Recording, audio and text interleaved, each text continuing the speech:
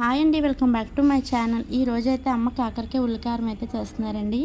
అమ్మ ఈ కాకరకాయ ఉల్లికారం అయితే చాలా బాగా చేస్తారు. అమ్మ చేసి ఈ వంట మీతో షేర్ చేసుకోవాలని ఈ వీడియో అయితే పెడుతున్నాను. ముందుగా పావు కేజీ కాకరకాయలను అయితే తీసేసుకున్నాం. అలాగే 7 ఉల్లిపాయలను కూడా తీసుకుంది. ఇక్కడ అమ్మ అయితే కాకరకాయలు ఫీల్ చేయలేదండి. మేము చేదుగా ఉన్నా తింటాము. మీకు కావాలంటే కాకరకాయ పైన ఫీల్ చేసేసుకొని ఇలాగ గుత్తి వంకాయ కట్ చేసుకుంటాం కదా, అలా కట్ చేసుకొని పక్కన పెట్టుకోవాలి.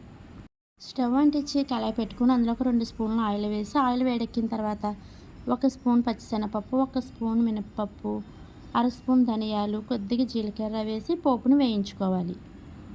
పోపు లైట్గా వేగిన తర్వాత ఒక 5 ఎండుమిరపకాయలు కట్ చేసుకొని, ఎండుమిరపకాయలను కూడా వేయించుకొని ఇవి ఒక ప్లేట్లోకి తీసుకొని పక్కన పెట్టుకోవాలి.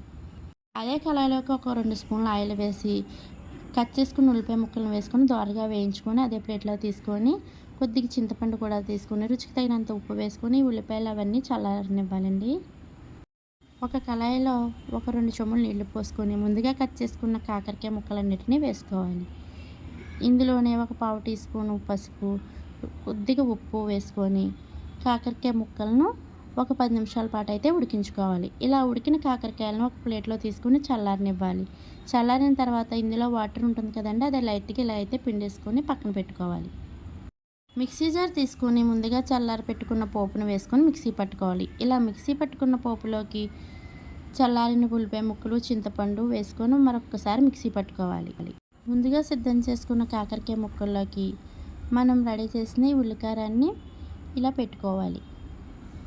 ఇలా ఉల్లికారాన్ని మొత్తం కాకరకాయ ముక్కలు అన్నిటిలో పెట్టేసుకున్న తర్వాత ఈ కాకరకాయ ముక్కలన్నిటిని పక్కన పెట్టుకోవాలి.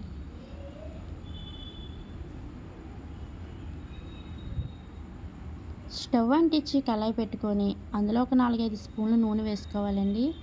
నూనె అయితే కొద్దిగా ఎక్కువే పడుతుంది కాకరకాయ మగ్గడానికి.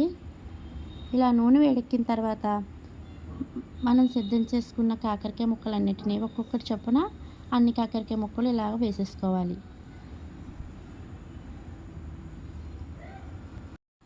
ఒక 5 నిమిషాల పాటు అయితే ఈ కాకరకాయ ముక్కల్ని ఇలా మగ్గించుకోవాలి. తర్వాత మిక్సీ జార్లో ఉన్న మిగతా ఉల్లికారాన్ని కొద్దిగా వాటర్ వేసుకొని ఒక 10 నిమిషాల పాటు అయితే సిమ్లో పెట్టి కాకరకాయ ముక్కల్ని ఉడికించుకోవాలి.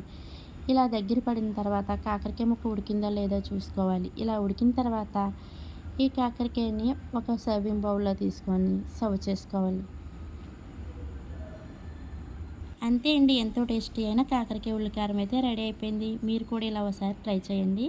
ఈ వీడియో నచ్చినట్లయితే లైక్ చేసి మా ఛానల్ని అయితే సబ్స్క్రైబ్ చేసుకోండి.